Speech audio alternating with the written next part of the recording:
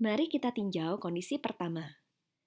Jika period number lebih kecil dari 0,1, artinya hambatan perpindahan panas internal jauh lebih kecil daripada hambatan perpindahan panas di permukaan. Konduksi di dalam benda relatif sangat baik dan tidak terhambat, sehingga seolah-olah temperatur di tiap titik benda padat ini seragam. Maka kita tinggal meninjau bagian konveksinya. Sistem ini dikenal sebagai lumped system. Kondisi ini juga dapat dicapai pada suatu fluida yang teraduk dengan baik. Sehingga besar total energi panas yang berpindah melalui permukaan film akan sama dengan total panas yang masuk ke dalam benda padat, alias mCpDT.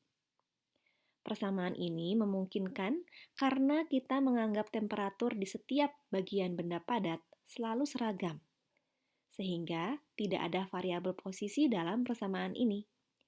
Integrasi dari persamaan di atas menghasilkan persamaan berikut, yang merepresentasikan nilai T setiap saat selama fase transien.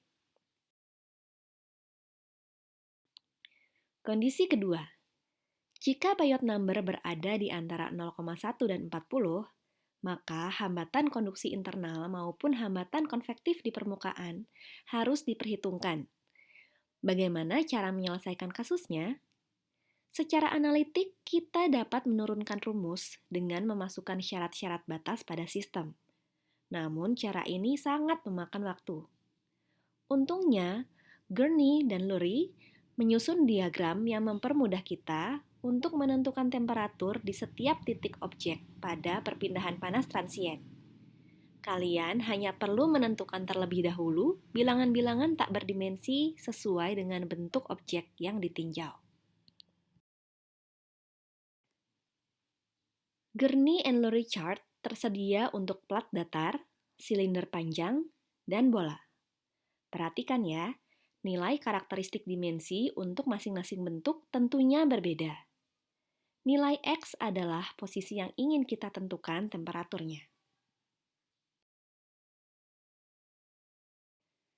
Masih di kasus period number antara 0,1 sampai 40.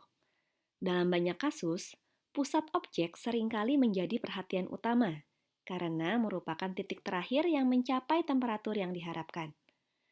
Jika kamu ingin mensterilkan suatu bahan, tentu kamu berharap temperaturnya tercapai hingga ke bagian pusat benda, kan? Karena itu, meskipun pada X sama dengan 0 temperatur dapat ditentukan dengan Gurney and Lurie chart, pada pusat benda ini, temperatur bisa juga ditentukan dengan lebih akurat dengan menggunakan Heisler chart.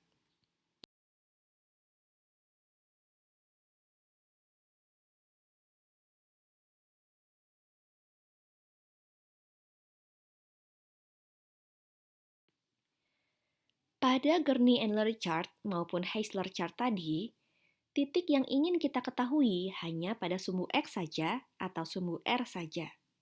Pada kenyataannya, objek yang kita tinjau adalah benda 2 atau 3 dimensi yang memiliki koordinat X, Y, Z.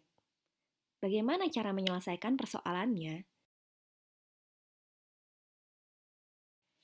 Nah, kamu hanya perlu menentukan nilai Y pada koordinat X, Y, Z dengan mengalihkan nilai YX, YY, dan YZ. Selanjutnya, kamu tinggal menggunakan chart-chart tadi. Wah, kondisi kedua tadi cukup panjang ya. Masih ada satu skenario lagi, yaitu jika period number lebih besar dari 40. Oke, silahkan rehat dulu sejenak sebelum membahas skenario ketiga yang akan kita bahas di segmen video berikutnya.